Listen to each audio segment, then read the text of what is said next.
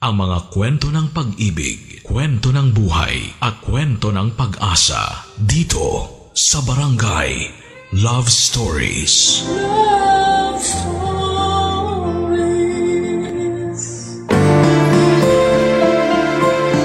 Ang hirap ng buhay ay isang topic na marami sa atin ang nakaka-relate. Ang buhay ay isang walang katapusang pakikibaka laban sa kahirapan at mga pagsubok na patuloy na sumusubok sa ating katatagan.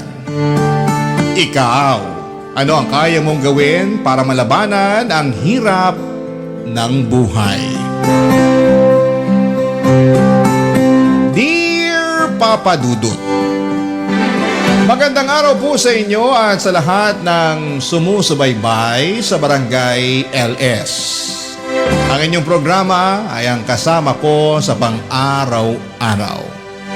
Tuwing nagluluto, naglalaba, naglilinis, at kahit sa mga simpleng gawain ay kasangga ko po ang Barangay LS. Kaya ako po napagdesisyonan na magsulat ng liham sa inyo dahil talagang nakaka-relate ako sa mga kwento ng buhay na napapakinggan ko sa inyong programa. Ako nga pala si Olivia. Pagdating naman po sa sarili ko ay hindi po sa pagmamayabang, pero madalas pong sinasabi ng iba na hindi daw halata sa aking itsura na mahirap ako. Ayon sa kanila, matangkad ako, maganda at maamo ang aking mukha. Pero ang hindi nila alam ay pinanganak at lumaki po ako sa isang maliit at magulo na barangay sa Tondo. Naranasan ko po ang buhay na kadalasan ay pagpag lang ang kinakain namin upang makatuwid sa pang-araw-araw. Pagpag po na siya ring hanap buhay ng aking mga magulang. Ako po ang panganay sa aming magkakapatid at dahil sa hirap ng buhay ay hindi po ako nakapagtapos ng high school. Marami po akong naranasan sa buhay na hindi ko naman ginusto. At hanggang ngayon ay naiisip ko pa rin minsan na unfair nga ang buhay. Kasi may mga tao na pinanganak na may kaya, samantalang kami ay salat na salat sa buhay. Salat na salat sa lahat ng bagay sa mundo. Habang lumalaki po ako ay aaminin ko po na napuno ako ng inggit. Tuwing nakikita ko ang mga kaedad ko na masaya at walang alalahanin. Habang ako naman ay rumaraket ng kung ano-ano para lamang makaraos. Isa po sa mga racket ko ay ang pakikipagunahan sa paghahanap ng pagpag sa madaling araw. Pati na rin ang pag-iipon ng plastik at bote at pagtanggap ng mga labada. Lahat po ng ito ay para lamang makaramdam ng kahit kaunting ginhawa sa buhay. Kaya po sobrang naaawa ko sa mga kapatid ko na parang nagiging tulad ko na rin. Nangangalakal para lamang makatawid. Minsan po ay naiisip ko kung ano ba ang kasalanan namin upang maranasan ang ganitong klase ng buhay. Pero kahit na ganoon ay hindi po ako tumigil sa pagharap sa mga hamon ng buhay. Hindi po sumagi sa isipan ko na maghanap ng regular na trabaho dahil wala po akong sapat na edukasyon. At hindi ko rin po kasi nakakamta ng tiwala sa sarili. Pero nagbago po ang lahat ng kinausap ako ng aming kapitbahay na nagtatrabaho sa isang restaurant. Sinabi po niya, may naghahanap sila ng mga waitresses at gusto niya raw akong tulungan. Doon po ako nagkaroon ng lakas ng loob na subukan at sa kabutihang palad ay natanggap po ako bilang isang waitress. Ngunit habang nagtatrabaho po ako doon ay mas lalo kong naramdaman ang kawalan ng hustisya. Bakit kahit na anong sipag at overtime ko ay parang hindi ko pa rin nararamdaman na umaangat ang buhay ko. Kaya ang tanging bagay na ipinagpapasalamat ko na lamang po ay ang wala akong anak. Sa mga panahong yun ay naiisip ko po na kung sakaling mag-aasawa ko balang araw ay gusto ko na lamang po na may kaya sa buhay ang makakasama ko. Kasi sa dami ng mga pinagdaanan at feeling ko ay deserve ko na rin ang mabigyan ng marangya at magandang buhay. Pero nagbago po ang lahat nang unti-unti akong kinausap ng aming restaurant manager na si Miguel. Alam ko po na hindi ganong kayaman si Miguel, pero sa mga oras na nagkakaroon kami ng pagkakataon na mag-usap, ang pakiramdam ko po ay parang nawawala ang lahat ng bigat sa buhay ko. Pero ni minsan po ay hindi ako naglihim kay Miguel. Sinabi ko sa kanya ang kagustuhan ko na makabingwit ng mas mayamang lalaki para makaangat sa buhay. Pero hindi ito naging sapat para tigilan niya ako sa kanyang pagpapakyut. Nang sinabi po sa akin ni Miguel na gusto niya akong ligawan, sobrang saya ko po. Pero nalilito din po ako. Kasi aaminin ko po na mahal ko siya, pero pinipigilan ako ng kagustuhan ko na umangat sa buhay, Papa Dudut.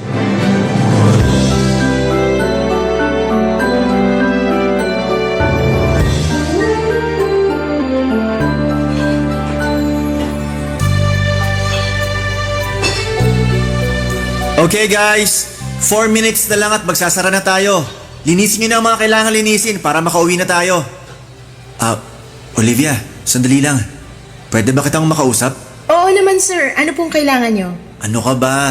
Sinabi ko na naman sa'yo na tigil-tigilan mo nang kakatawag sa akin ng sir. Miguel na lang. Pero boss kita eh. Nakakailang naman kung Miguel ang itatawag ko sa'yo dito, 'di ba? Baka mamaya sabihin pa ng iba nating kasama dito na pinapaboran mo ko. Kung yan ang gusto mo, sige, ikaw bahala. Pero Olivia, may itatanong sana ako sa'yo. Ano naman yon? Kailan mo ba ako sasagutin? Ha? Nagpapatawa ka ba? Olivia, 8 months na ako nanliligaw sa'yo. Ano? Nililigawan mo pala ako? Hindi sa nanunumbat ako ha, pero palagi kitang niyayaya na sabayan ako mag-lunch. Tapos paminsan-minsan sabay pa tayong nagko-commute pa uwi. Tapos nililibre rin kita. Sandali lang. Nililigawan mo pala ako sa lagay na yan? Paano ba dapat? Sir, Miguel, aaminin ko na magaan ang loob ko sa'yo. Hindi ko naalala ang mga problema ko tuwing kinakausap mo ko at mas nagaganahan ako magtrabaho dahil sa'yo. Pero hindi na naman sikreto sa'yo yung priority ko sa buhay, di ba? Alin dun? Yung makapangasawa ka ng mayamang lalaki? Olivia naman, hindi lahat ng bagay ay nabibili ng pera. Madali lang para sa'yong sabihin yan kasi hindi mo naman naranasan yung nararanasan ko eh. Sawang-sawa na ako sa buhay ng isang kahig, isang tuka. Yung tipong kahit anong kayod ko, hindi pa rin ako umaasenso. Wala rin naman ako magagawa kasi hindi naman ako nakapagtapos ng pag-aaral. Tapos karamihan pa ng trabaho dito sa Pilipinas, naghahanap ng college graduate o di kaya college level. Sobrang swerte ko na lang talaga at nakapasok pa ako dito sa restaurant. Hindi naman mahalaga sa akin ang estado mo sa buhay eh. Kung bibigyan mo lang ako ng pagkakataon, pareho nating pagsisikapan ang mga gusto nating makamit sa buhay. Sasamahan at dadamayan kita sa hirap at ginhawa. Yun na nga eh. Ayoko na ng hirap. Kota na ako dyan. Olivia, pinapangako ko sa'yo na hinding-hindi mo pagsisisihan kung sasagutin mo lang ako. Hayaan mo naman na ipakita ko sa'yo kung gaano kakahalaga sa akin.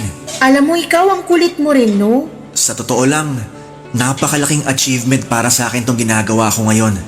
Hindi madali sa akin na sabihin ko sa'yo ng diretsahan ang tunay na nararamdaman ko para sa'yo. Pero teka lang, ang hindi ko lang talaga kasi mag-get sa'yo, kung paano mo ko nakukuhang ligawan, alam mo naman na napaka-ambitious ako at yung kagustuhan ko na makakuha ng lalaki na ibibigay sa akin lahat-lahat, diba? Bakit? Paano ka nakakasiguro na hindi ko kayang ibigay sa iyo ang lahat? Hindi nga ako kasing yaman ng mga lalaking matagal mo nang inaasam. Pero isa lang ang masisiguro ko sa iyo. At yun ay ang iparamdam sa iyo araw-araw na mahal kita. Di ko na nga lang alam kung manhid ka o nagtatanga-tangahan ka lang. Tanga na kung tanga, pero wala eh. Talagang nahulog na ang loob ko sa iyo. At ganun rin naman ako sa'yo, sa totoo lang. Siguro kung iba lang ang estado ko sa buhay, matagal na kitang sinagot eh. Pero wala eh. Yung makabingwit ng mayamang lalaki na lang talaga ang pag-asa ko para makabangon sa buhay na to. Olivia, makinig ka. Hindi mo kailangan ng mayamang lalaki para makamit mo ang buhay na matagal mo nang pinapangarap para sa sarili mo at sa pamilya mo. Ang kailangan mo ay isang lalaki na handa kang ipaglaban at mamahalin ka ng tunay sa kahit anong pagsubok ng buhay. At handa kong ipakita sa'yo na ako ang lalaking yun. Ano ka ba? Mahal ang bilihin ngayon. Yung pagmamahal na sinasabi mo, hindi yan nagagamit para pambayad ng 1 kilong bigas at 2 tray ng itlog. Ikaw talaga? O sige, ganito na lang. Hindi na muna kita pipilitin para sagutin mo ako. Pero ang gusto ko lang hingin sa'yo ay sana hayaan mo ako na ligawan kita ng maayos. Para at least makita at ma-realize mo man lang kung gaano kita kamahal. Kulit mo talaga. Sige nga, paano kung mag-iisang taon mo na akong nililigawan at hindi pa rin kita sinasagot? Okay lang, take your time. Ang mahalaga lang naman sa akin ay yung payagan mo ko na ligawan kita. Napaka-confident mo naman yata. Paano ka nakakasiguro na sasagutin kita? Hindi ka ba natatakot na baka masayang lang yung oras at pagod mo? Hindi. Kasi nagbabakasakali ako na kapag nakita mo na kung gaano ka kahalaga sa akin, baka magbago ng isip mo at mawala na yung kagustuhan mo na makabingwit ng mayamang lalaki. Kaya, sige na. Please? Ang kulit mo naman. Oo na. Ha? Pumapayag na ako na ligawan mo ko. Sa wakas! Thank you, Olivia. Promise, hindi mo pagsisisihan to.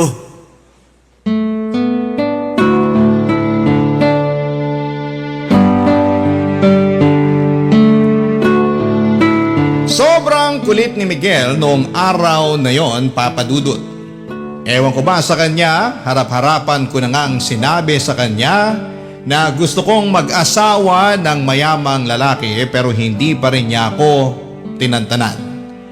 Siguro'y nagbabaka sakali siya na habang nililigawan niya ako ay magbabago ang isip ko. At hindi siya nagkamali kasi pagkatapos ng 6 months na panliligaw ay sinagot ko na siya. Ewan ko ba? Parang iba talaga ang damdamin kapag puso na ang usapan. Kasi palaging kinokontra ng puso ang mga plano ng utak mo.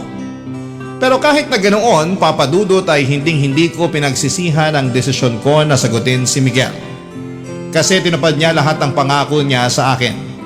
Naramdaman ko talaga na mahal niya ako. Oo, hindi nga ganon kayaman si Miguel. Pero kahit na hindi siya mayaman ay hindi niya ako pinabayaan.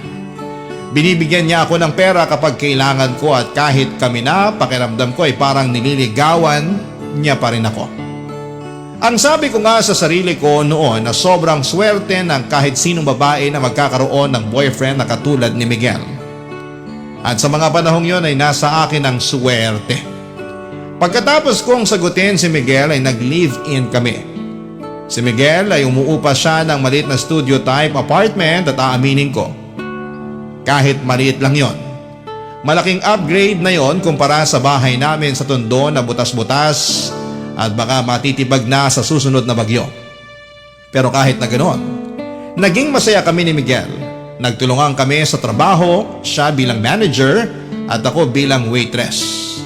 Akala ko ay yun na yung kapalaran ko habang buhay, pero nagbago ang lahat noong tinawagan ako ng pinsan ko na taga La Union. Bihira lang kasi siyang pumunta ng Maynila at noong dumating siya dito, ako agad ang naisip niyang tawagan. Sabi pa niya, ililibre daw niya ako basta samahan ko lamang siya, kaya syempre game na game ako. Nagpaalam ako kay Miguel at pumayag naman siya na mag-night out kami ng pinsan ko. Pero nung gabi na yon, habang nag-iikot kami ay naisipan ng pinsan ko na pumunta sa bar. Nag-inuman kami at sobrang enjoy kami. Wala kaming ibang ginawa kundi ang magchismisan tungkol sa mga kamag-anak namin. Pagkatapos ng ilang oras ay nagpaalam ang pinsan ko na pupunta raw siya sa CR kasi naparami daw ang kain niya. Kaya naiwan akong mag-isa sa table namin. At nung umalis ang pinsan ko ay doon ko na nakilala si Rick, Papa Dudut.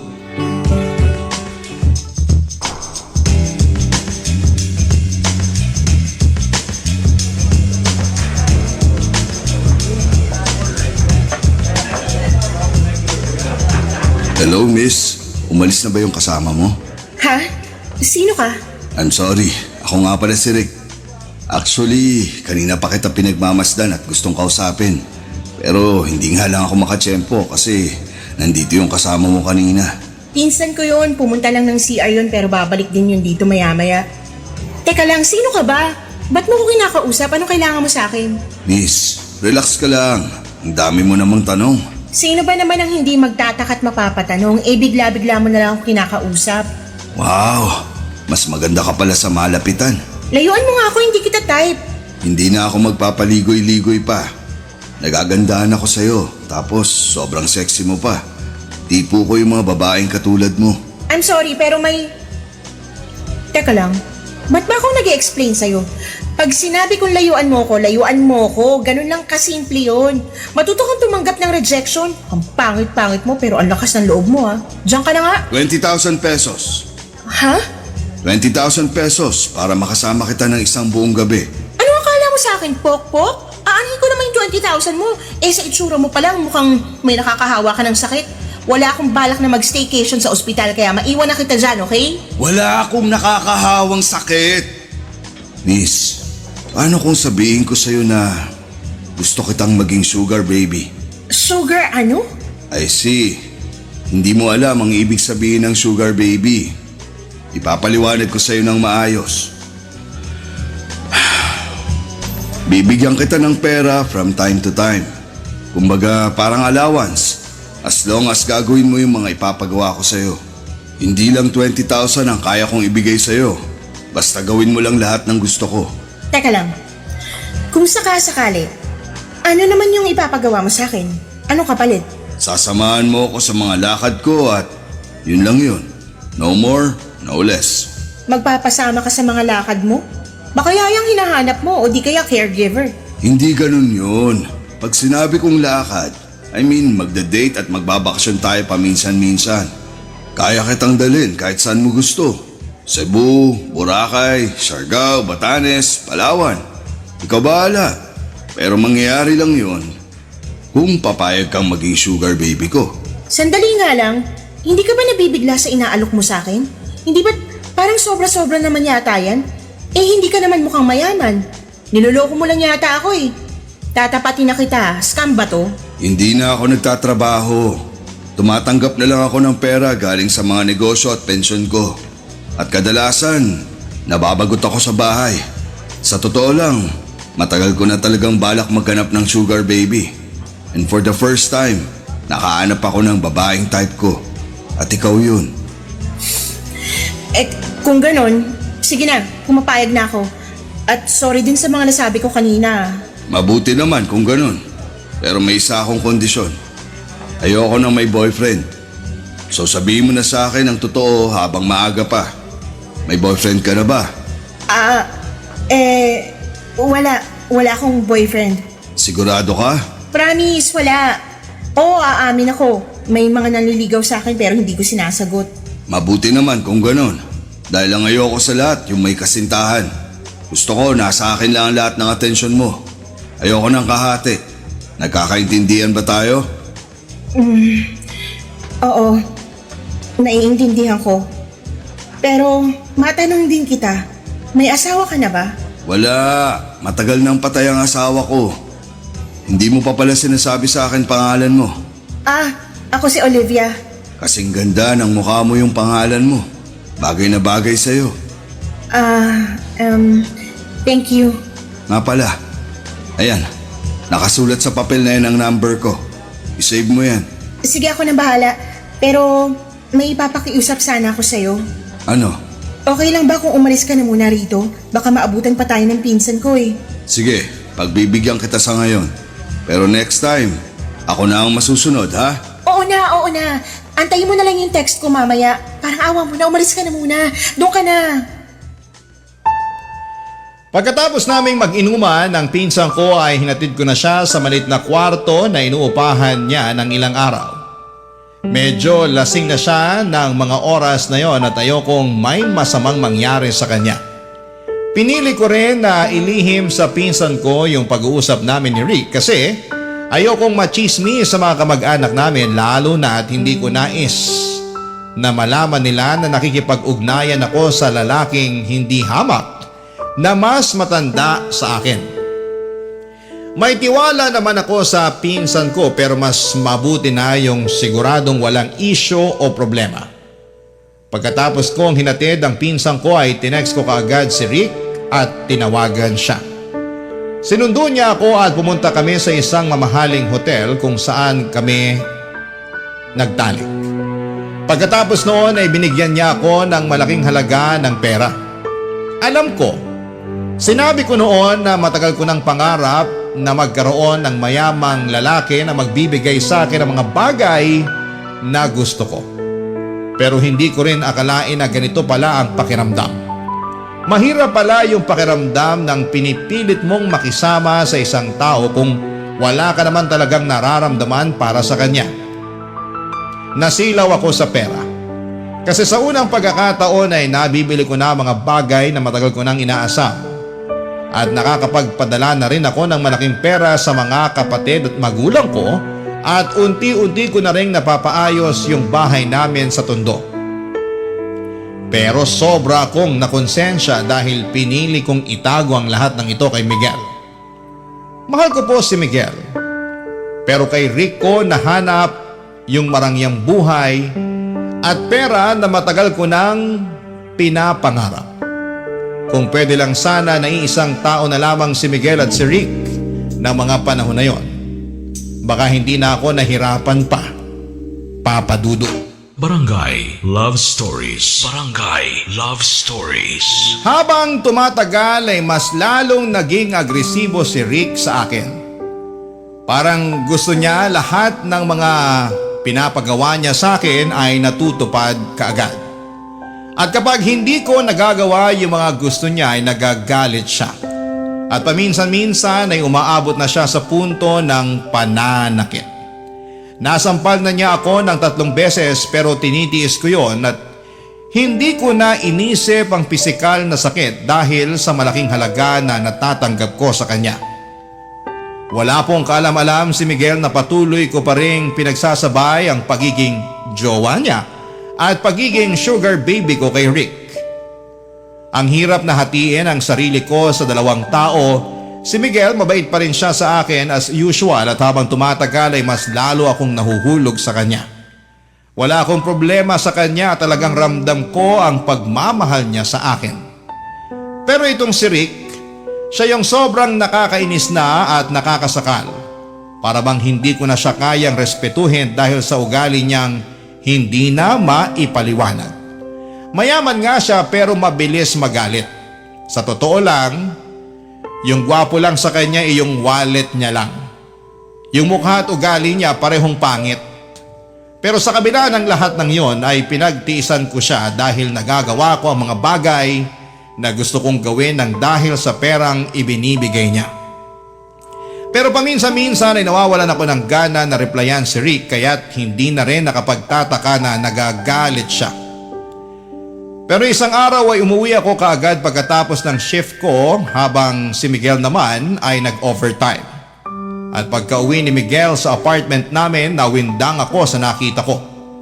Puno ng pasa ang mukha ni Miguel. Ang takot at guilt na naramdaman ko ay hindi ko kayang ilarawan. Dito ko lang na-realize kung gaano kalaki yung problemang ginawa ko nung ikinuwento na sa akin ni Miguel ang lahat-lahat, Papa Dudut.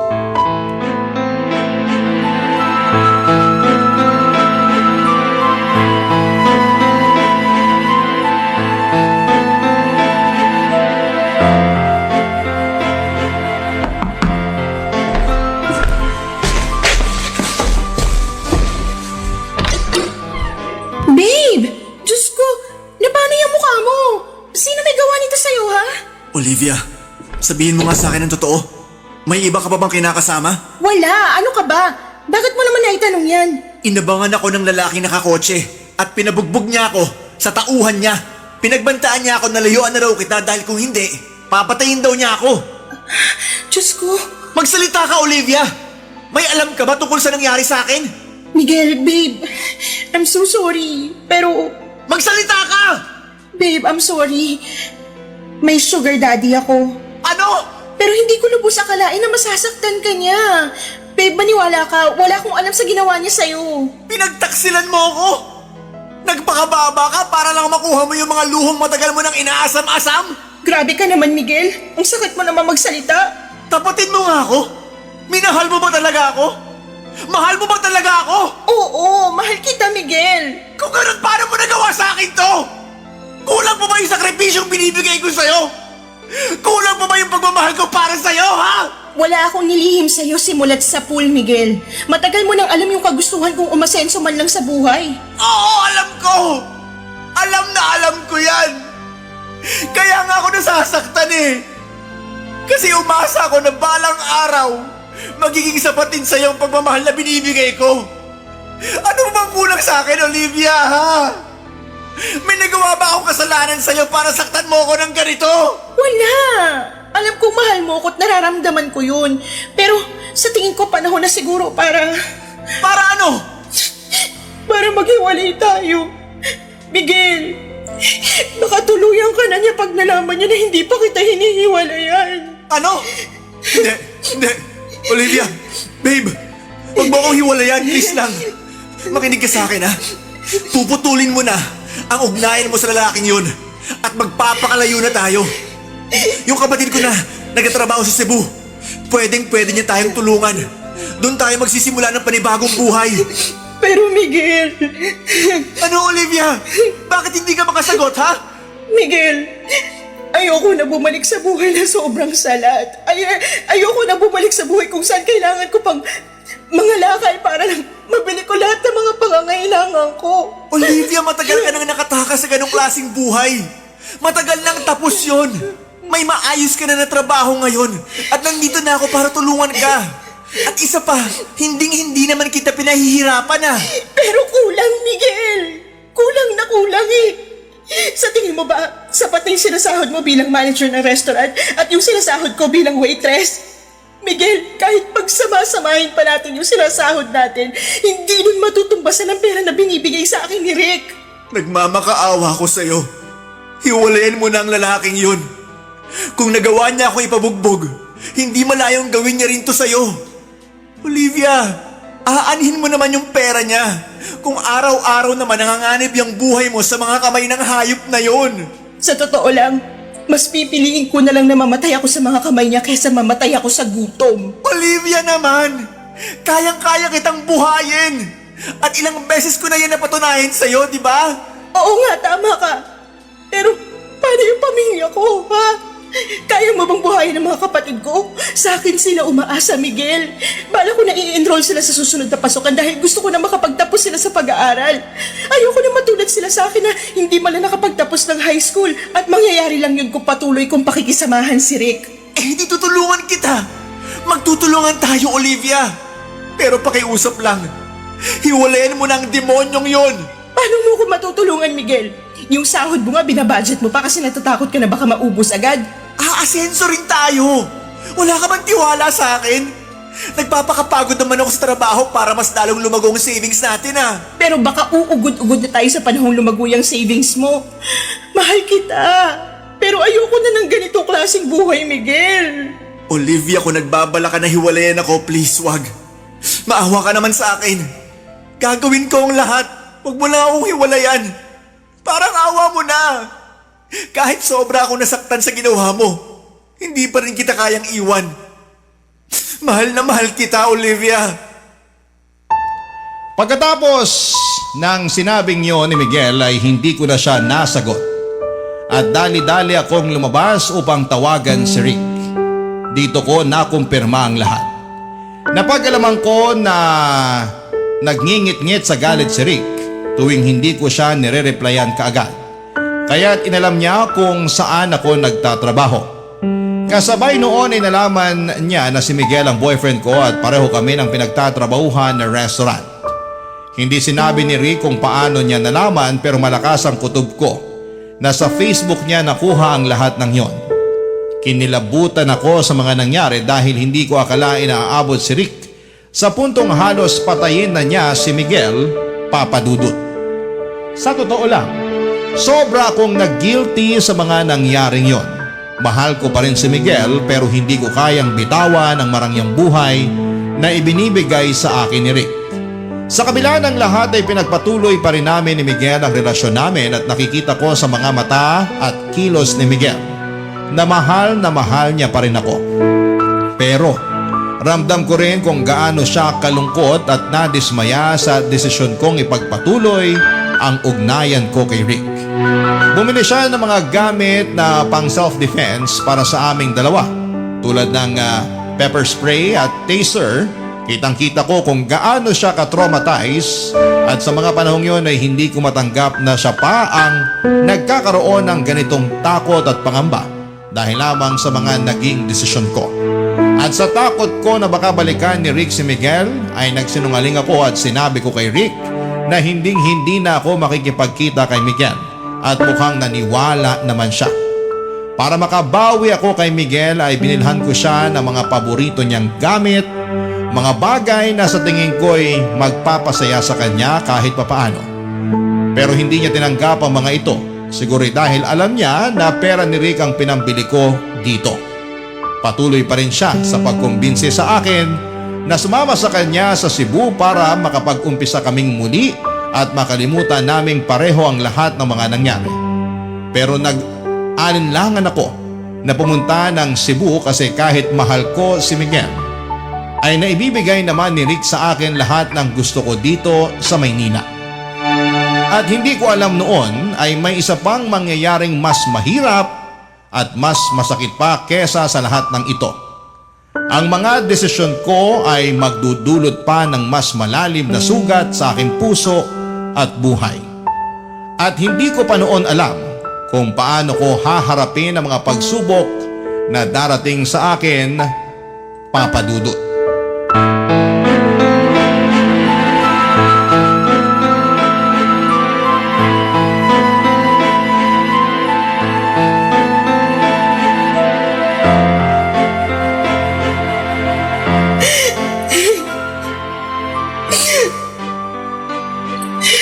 Olivia, babe? Bakit ka umiiyak? Sinaktan ka ba ng hayop na Rick na yon? Sabihin mo lang sa akin at hindi na ako magdadalawang isip na sugurin siya. Oo, aaminin ko na takot ako sa kanya kasi mayaman siya at pwede niya ako ipatumba kung gugustuhin niya. Pero hindi na ngayon. Kaya ko gawin ang lahat para sa iyo, babe. Hindi na ako magpapasindak sa kanya. Hindi ganun yun. Kung ganon, ba't ka umiiyak, ha? Tingnan mo tong pregnancy test. Buntis ako. Teka lang, paano naman mangyayari yun eh? Palagi naman tayong gumagamit ng proteksyon. Olivia, hindi. Hindi! Sabihin mo sa akin na hindi totoo yan! Miguel, babe.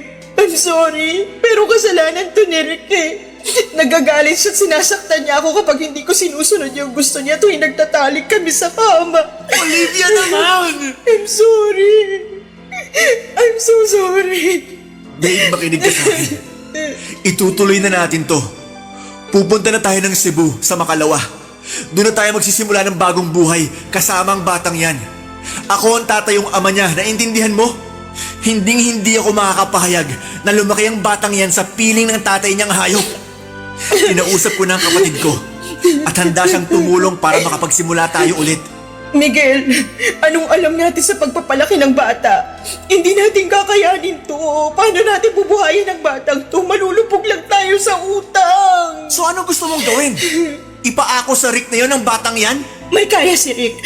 Kayang-kaya niyang buhayin ang batang to. At isa pa, kahargo at responsibilidad niya rin ang batang to. Mabibigyan niya ang anak ko ng buhay na kahit kailan, hindi natin mabibigay sa kanya. Teka lang, bakit nararamdaman ko na parang gusto mo nang sumama sa lalaking yon, ha? Miguel, kung hindi lang dahil sa batang to, hindi kita iiwan eh. Olivia, hindi. Huwag mong gawin sa akin to. Babe, ilang beses ko ba ipapaalala sa'yo na hiwalayin mo na ang lalaking yon? Hindi mo ba nakikita na unti-unti niya nang sinisira ang buhay mo? Hindi ka nga namumulubi pero hawak ka naman sa leeg ng lalaking yon. Napapaigot ka na niya sa mga palad niya. Gagawin ko lahat para sa anak ko, Miguel. Ayokong lumaki ang anak ko sa hirap. Pero babe, sasaktan ka lang ng lalaking yon. Matagal ko nang tinitiis ang pakikipagkita mo sa lalaking yun dahil mahal na mahal kita. Pero hindi naman pwede na habang buhay tayo ganito. Na habang buhay ka magpapakaalila sa hayop na yon. Magkaroon ka man lang sana ng konting respeto para sa sarili mo, Olivia. Alam ko kung anong ginagawa ko, hindi ako tanga. Alam ko kung anong nakukuha ko kay Rick, okay? Ano? Pera! Magandang buhay para sa pamilya ko at respeto ng mga tao na dati akong tinatapak-tapakan dahil walang-wala kami. Respeto? Oo, Miguel. Respeto. Respeto sa'yo? O sa pera mo? Alam mo, Miguel, kung ikaw gusto mo maging mahirap habang buhay, gawin mo. Magiging masaya pa ako para sa'yo at hindi kita pipigilan. Pero eto lang ang ipapaalala ko sa'yo, ha. Wala kang karapatang husgahan ako kung gusto kong yumaman. Oo, Olivia. Hindi nga ako kasing yaman ni Rick. Pero kahit kailan, hindi ko ibebenta ang pagkatao ko. Ang kapal ng mukha mo. Alam mo kung anong problema mo? Hindi mo na alam ang ibig sabihin ng totoong pagmamahal. Dahil puro pera na lang ang nasa utak mo. Tapatin mo nga ako, Olivia. Totoong masaya ka ba talaga, ha? Oo, masaya ako. Mayaman na ako. Nabibili ko na lahat ng gusto ko. Pero hindi nabibili ang tunay na pagmamahal. Ang pagmamahal na patuloy mong binabaliwala dahil lang sa ambisyon mo na magkaroon ng limpak-limpak na pera. Sino bang may sabi sa'yo na gusto ko ng pagmamahal? Buwisit na buhay to. Alam ng Diyos na ginawa ko ang lahat para sa'yo, Olivia. Kailan pa ba ako magiging sapat sa'yo, ha? Ano ba talagang gusto mo mangyari? Hindi ko na alam. Ewan ko. Naguguluhan na ako. Pwes ako alam ko. Dahil mahal na mahal kita. Olivia, babe. Sumama ka na sa akin papuntang Cebu. Please lang. Nagmamakaawa ako sa'yo. Gawin mo to para sa akin. Para sa sarili mo. At para sa magiging anak natin. Handa akong ituring ang batang yan na parang anak ko na rin. Basta sumama ka na lang sa akin, please. Miguel, kung hindi ako lalayo, patuloy lang kitang mamahalin. At alam ko na masasaktan lang ako, masasaktan lang tayo. Kasi wala sa'yo yung buhay na gusto kong makamit eh. Olivia. Wala nang patutunguhan to. Tigilan na natin to, Miguel. Aalis na kami ng anak ko bukas ng umaga. Buo ng desisyon ko at wala ka nang magagawa doon. Papadudot aminin ko po na sobra kong nasaktan sa naging desisyon ko na hiwalayan si Miguel. At kahit na mahal ko siya sa palagay ko, ang dahilan kung bakit natiis ko at nagawa ko pa rin siyang iwanan ay dahil sa trauma. Yung trauma na mula sa pagkabata, sobrang kapos ako at hirap na hirap sa buhay. Yung trauma na kapag wala kang pera ay lalait-laiting ka at tatapak-tapakan ka ng mga tao ng paulit-ulit. Yung trauma na palagi mong ipinagdarasal na sana ay hindi tumirik ang mga mata mo sa gutom. Na sana kahit papaano ay may makain ka. Yung trauma na hindi ka na nandidiri sa pagpag dahil eto na ang nakasanayan mong kainin. Oo, minahal ko si Miguel ngunit hindi ako nakontento sa buhay bilang waitress. Hindi naging sapat ang pagmamahal niya para makontento ako sa kinakalagyan ko. Siguro kung naging kasing yaman lang ni Miguel si Rick ay hindi ko na siya nagawang hiwalayan pa. Pero wala eh. Hindi sapat ang kinikita ni Miguel bilang manager ng isang restaurant para mabigyan ako ng maginhawang buhay. At ako naman ay pagod na sa pagiging silbidora. Kung sakali man na sasama ko kay Miguel papunta ng Cebu ay ganon pa rin ang mangyayari. Kakailanganin ko pa rin na magtrabaho para lamang matustusan ang pang-araw-araw namin lalo na ngayon na may anak na ako. Siguro po noong gabing hiniwalayan ko siya ay sobra akong nataranta dahil napag-alaman kong buntis ako. Sobrang daming tanong ang bumabagabag sa isipan ko ng mga panahong yon. Ang paulit-ulit na tumatakbo sa isip ko noong mga panahong yon ay kung paano ko mabibigyan ng magandang buhay ang magiging anak ko. Ang nasa isip ko lang noon ay bahala na kung saktan ako ni Rick. Basta maging maayos lang ang buhay ng anak ko. Ayokong ipalaglag ang bata at mas lalong ayoko na mabuhay siya na nakakaranas ng hirap na naranasan ko.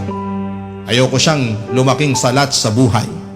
Yan po ang naging dahilan kung bakit nagawa kong iwan si Miguel. Noong madaling araw po ay tahimik akong lumabas ng apartment ni Miguel, dala ang isang malaking maleta at tinawagan ko si Rick. Sinabi sa akin ni Rick na may kondo siya sa Taguig at doon ko raw siya i-meet. Nang mga oras na yon ay hindi na ako nagdalawang isip pa. Naglaho ako na parang bula sa buhay ni Miguel. Pinanindigan ko na ang desisyon kong tuluyan na siyang iwanan at sumama kay Rick. Sa mga sandaling yon ay hindi ko alam kung ano ang magiging kinabukasan ko. Ngunit isang bagay lang ang sigurado ako. Gagawin ko po ang lahat para sa magiging anak ko, Papa Dudut.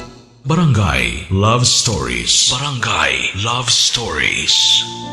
Pinatuloy ako ni Rick sa kondo niya sa Taguig at doon ko sinabi sa kanya na buntis ako at kailangan ko ng magandang lugar na matutuluyan. Nakita ko sa mga mata ni Rick kung gaano siya kasaya sa mga sinabi ko sa kanya. Hindi ko maiwasang mapansin na parang isang malaking bigat ang nawala sa kanya. Buong akala ko ay magagalit siya na buntis ako pero hindi at mas lalo pa siyang natuwa. Nang mga panahong yun ay hindi ako nagsisi sa desisyon kong iwanan si Miguel. Siguro ay marami sa mga kabarangay natin ang magagalit sa ginawa ko at marami sa kanila ang baka magsabi na boba, gaga o mukhang pera ako at malamang ay hindi nila ako maintindihan. Pero aaminin ko or aminin na po natin na sobrang hirap na ng buhay ngayon. Yung 1,000 pesos ay bihira ng umabot ng 3 araw.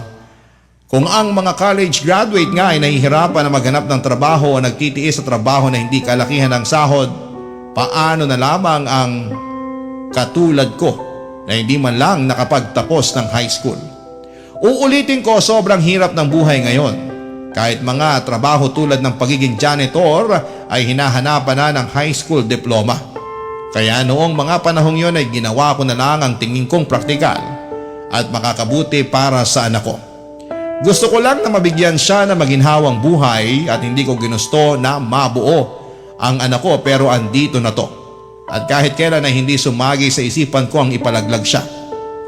Ang tanging magagawa ko na lamang ay ang magsakripisyo para sa kabutihan ng anak ko. At ang sakripisyong yon ay ang tuluyan ng iwanan si Miguel para kay Rick. Nang gabing yon nang pumunta ako sa kondo ni Rick sa Taguig ay halos hindi na kami nakatulog dahil pinag-uusapan na namin ang mga susunod na hakbang sa buhay namin. Tinutok namin ang mga plano para sa hinaharap lalo na ngayon at dala-dala ko na ang anak namin ni Rick. Ibinahagi ni Rick ang kanyang mga plano para sa amin at sa anak ko at naramdaman ko na parang tunay talaga siya na nagmamalasakit sa pagbubuntis ko, na parang ang bawat usapan namin ay nagiging isang hakbang patungo sa mas magandang kinabukasan. Nang mga panahong yon, araw-araw kong ipinagdarasal na sana'y ituring na ako ni Rick hindi lang bilang isang sugar baby, kundi bilang isang tunay na asawa dahil na rin sa magiging anak namin.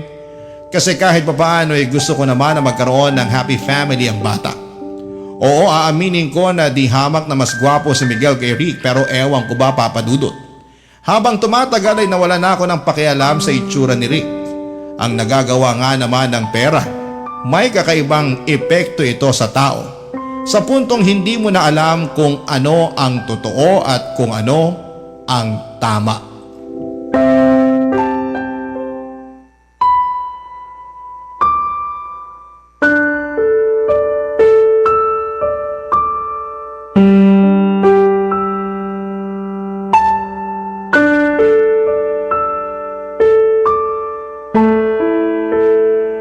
Mabuti na lang talaga at pinaalam mo kaagad sa akin na buntis ka.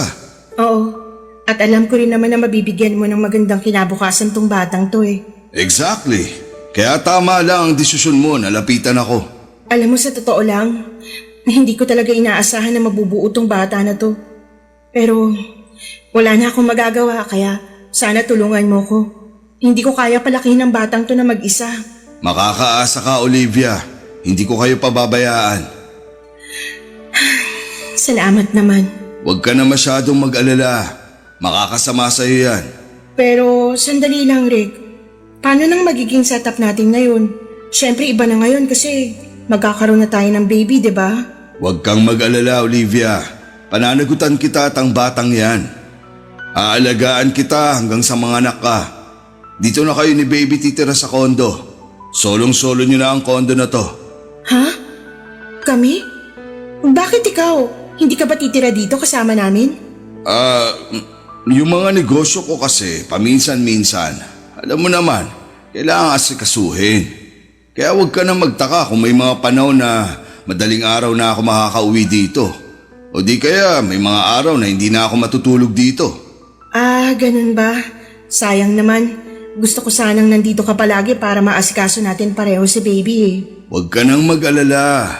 Alam mo naman siguro na sa negosyo ko nang gagaling ang limpak-limpak na pera na binibigay ko sa'yo, di ba?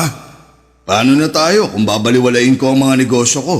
Yung pension mo, hindi pa ba sapat yun? Ano ka ba? Baril lang yung pension ko kumpara sa mga kinikita ko sa mga negosyo ko. Ah, sige, ikaw nang bahala. Basta yung sustento ko ha. Ako na bahala doon. Sa katunayan yan, mas lalakihan ko pa ang binibigay kong pera sa'yo dahil buntis ka. Hindi ka pwedeng ma-stress. At gusto ko na nabibili mo lahat ng mga gusto mo para sa magiging baby natin. At syempre, para na rin sa sarili mo. The best ka talaga. Pero sandali lang. Sigurado ka ba na hindi na kayo nagkikita ng Miguel na yon? Ha? Bakit mo naman naitanong yan? Naninigurado lang. Kasi sa susunod na makita ko pa yung lalaki na yan na aaligid-aligid sa'yo, hindi na ako magdadalawang isip na tuluyan yon. Sinasabi ko sa'yo. Ano ka ba naman, Rick? Matagal na kaming tapos ni Miguel. Simula nung ipabugbog mo siya, hindi ko na siya nilapitan at agad-agad na ako nakipaghiwalay sa kanya. Siguraduhin mo lang, Olivia. Kasi kapag nalaman ko na nagsisinungaling ka, tatamaan ka sa akin. Eto naman sobrang seloso. Promise, kahit tingnan mo pa tong cellphone ko, wala kang makikita na kahit ano tungkol kay Miguel kasi matagal na kaming wala. Mabuti naman kung ganun. Ay, wag na nga natin pag-usapan yun. Nandito na ako, 'di ba? Sayong-sayo na ako, tulad ng matagal mo nang gusto. Teka lang, saan ka nga pala tumutuloy nung naghiwalay kayo ng Miguel na yon? Pinapangako ko sa'yo, Olivia. Tatamaan kayo pareho ng lalaking yun sa akin kapag nalaman ko na niloloko mo lang ako. Ano ka ba? Oo sige, aaminin ko. Kay Miguel ako tumitira nung kami pa. Pero nung naghiwalay na kami, doon na ako sa pinsan ko sa Novaliches nakikitira. Siguraduhin mo lang na totoo yung mga sinasabi mo. Dahil ang ayoko sa lahat, yung pinaglalaruan ako. Payakap nga. Eto naman sobrang seloso. Pinapangako at sinisiguro ko sa'yo na hindi na kita bibigyan ng rason para magselos pa. Sige na, okay na. Naniniwala na ako sa'yo. Nga pala. Oh, etong allowance mo. 40,000? Para saan to? Kung dati, once or twice a week lang kita binibigyan ng pera, pues, ngayon masanay ka na araw-araw na kitang bibigyan ng pera. Iba na ang sitwasyon ngayon. May anak na tayo at gaya nga ng sinabi ko, ayokong nasistress ka. Ibang klase ka talaga. Amazing. Walang makakatalo. Ano kayang gagawin ko dito? Ay, alam ko na. Mamimili ako ng mga gamit ng bata. Crib, baby bottles, lampin, lahat-lahat na. Sumama ka na kaya sa akin? Nako, ikaw na lang. May kailangan pa akong asikasuhin bukas. Ay, ano ba yan? Bukas ka agad? Ipagpaliban mo na muna yan. Sige na naman Sumahan mo naman ako. Ang kulit mo naman! Sinabi ng busy ako eh. Sige na, huwag ka na makulit. Sige na nga, hindi na kita pipilitin. Sorry kung napagtasan kita ng boses. Sa susunod kasi, huwag ka na makulit. Sige, ganito na lang. Babawi ako sa'yo. Pupunta tayo ng Baguio this weekend. Okay ba yon? Natuloy kami sa Baguio noong weekend na yon, Papa Dudut. Eto na yon. Eto na mismo ang buhay na matagal ko nang pinapangarap, yung buhay na kaya kong bilhin ng lahat ng nakikita ng mga mata ko.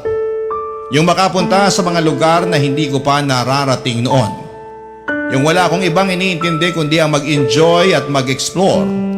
Pero kahit nakuha ko na ang buhay na gusto ko ay bakit ganon? Bakit parang may kulang pa rin? Sa totoo lang, dapat ay masaya ako dahil hindi ko na kailangang mag-alala tungkol sa pagbubuntis ko. Kasi sa wakas ay maibibigay ko na sa anak ko ang lahat ng gusto at pangangailangan niya. Pero sa kabila ng lahat ng ito ay para bang may isang malaking bagay na kulang pa rin. Siguro nga dahil magkaiba ang pakikitungo sa akin ni Miguel kumpara kay Rick. Noong nagtatrabaho pa ako bilang waitress, palagi akong inaasikaso ni Miguel. Siya pa yung nagluluto ng almusal namin at siya rin ang naglilinis ng bahay para hindi na ako mapagod. Samantalang si Rick ay palaging wala sa kondo at ang ginagawa lang niya ay ang magbigay sa akin ng pera. Sa totoo lang, nagsimula na akong makaramdam ng pagkabagot. Wala akong ibang makausap sa kondo kundi ang sarili ko. Lagi na lamang ako nanonood ng TV o nagsiselfone pero nang mga panahong yon, okay na rin sa akin na wala si Rick sa kondo kasi sabi niya, inaasikaso raw niya ang mga negosyo niya. Kung wala nga ang mga negosyo na yon, hindi rin ako mabibigyan ng malalaking halaga ng pera kaya okay na lang sa akin. Hanggang isang araw noong dinalaw ko ni Rick at sa kondo siya natulog, may napansin akong umiilaw. Cellphone pala niya yon at sunod-sunod na dumating ang mga text messages. Hindi ko alam ang password ng cellphone ni Rick pero sa lock screen ay malinaw na nakikita ko ang mga mensahe mula sa isang number na patuloy na tinatanong kung kailan siya uuwi at kung bakit hindi siya nagre-reply. Habang binabasa ko yon ay unti-unti akong nabigla at naguluhan. Para bang may malaking tinik na pumasok sa dibdib ko. Ang pakiramdam ko ay bigla akong napuno ng samaan ng loob at galit. Sa sobrang pagkabigla ko ay hindi ko na napigilan ang sarili ko at hindi ko na pinagpabukas pa ang kumprontahin siya tungkol dito. Dumulog ako sa kanya ng diretsyo kahit pa may takot at pangambang baka masaktan ako ni Rick sa gagawin kong pagkumpronta sa kanya, Papa Dudut.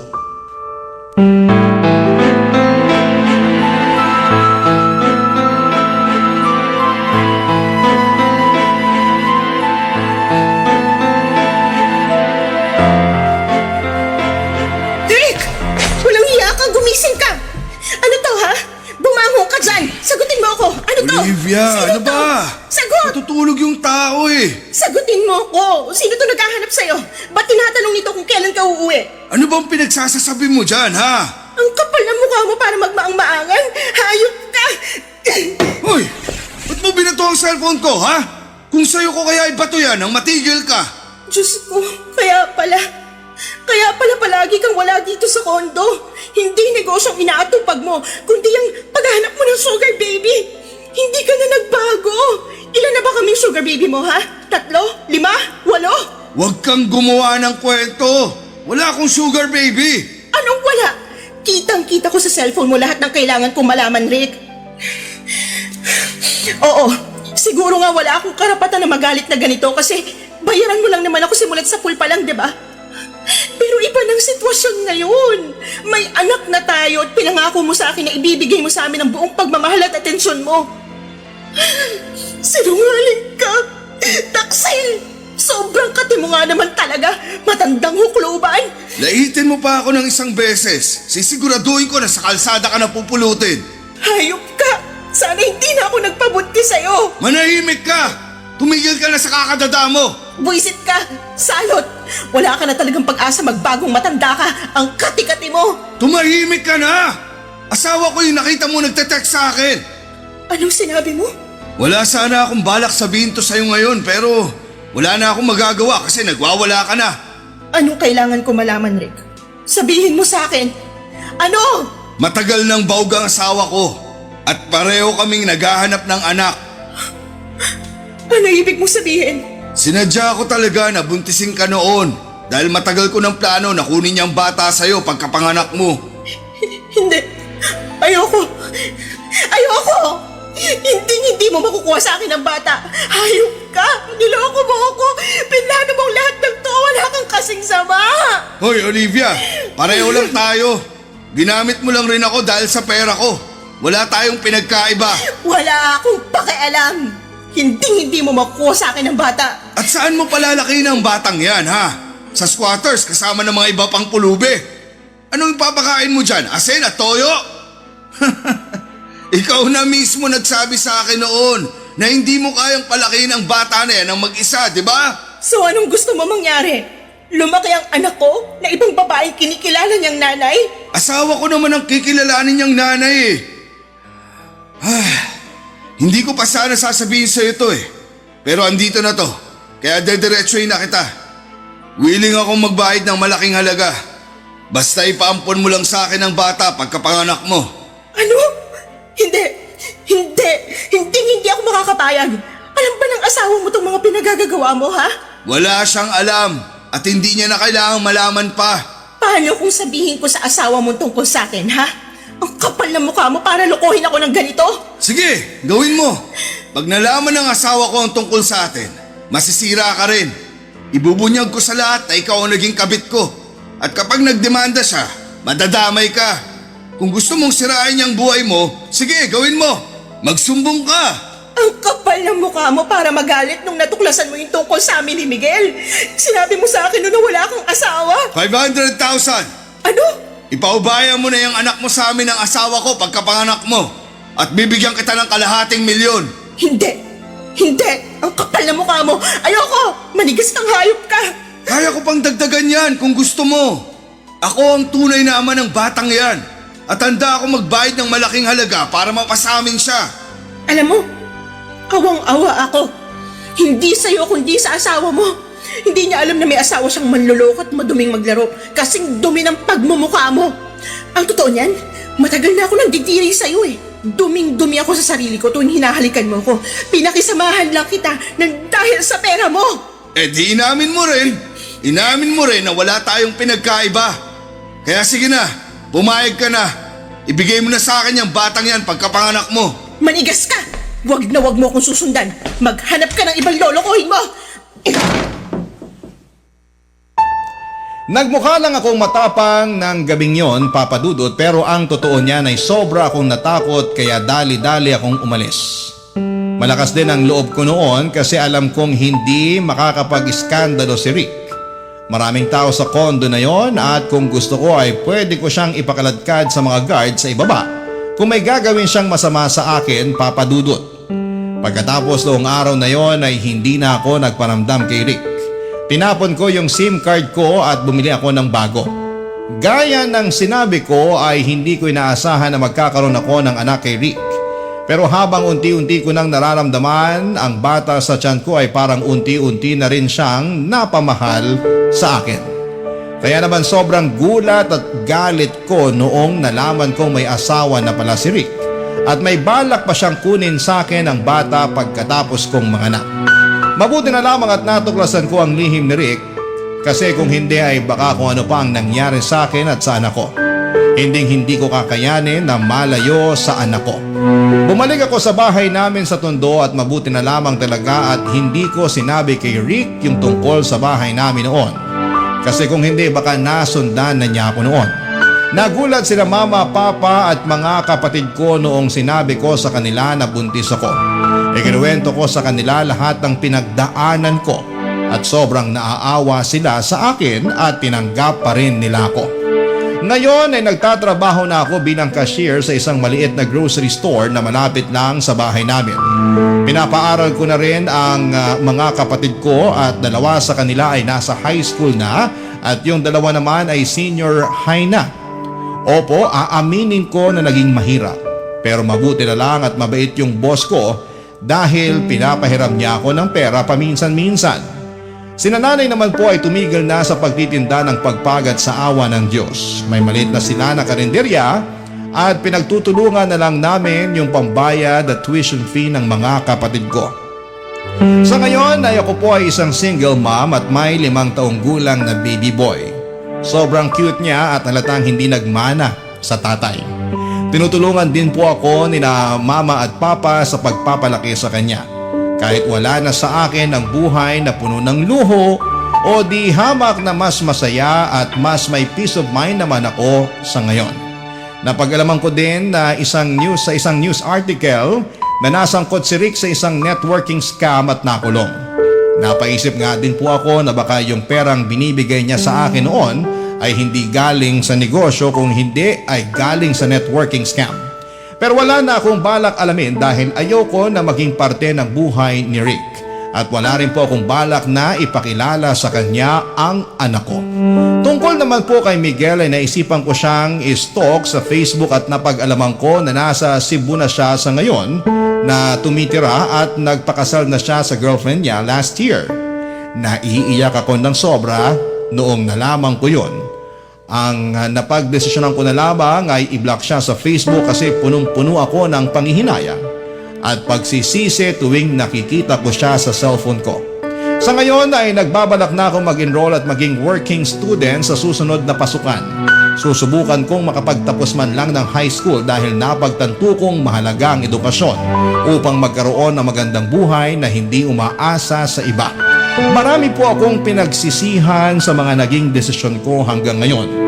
Ngunit patuloy ko pong lalabanan ang mga pagsubok at magsusumikap para sa mas magandang kinabukasan namin, ng anak ko at ng pamilya ko. Nais ko po sanang magpasalamat sa pagbibigay ninyo ng opportunity na maibahagi ko sa inyo ang kwento ng buhay ko.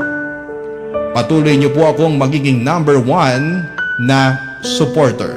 Maraming salamat po sa inyo, Papa Dudut, ang inyong forever kapuso at kabarangay, Olivia. Barangay Love Stories. Barangay Love Stories. Kwentuhan naman tayo dito sa comment section. Nagustuhan ng iyong napakinggan? Ituloy yan via live stream sa www.gmanetwork.com/radio.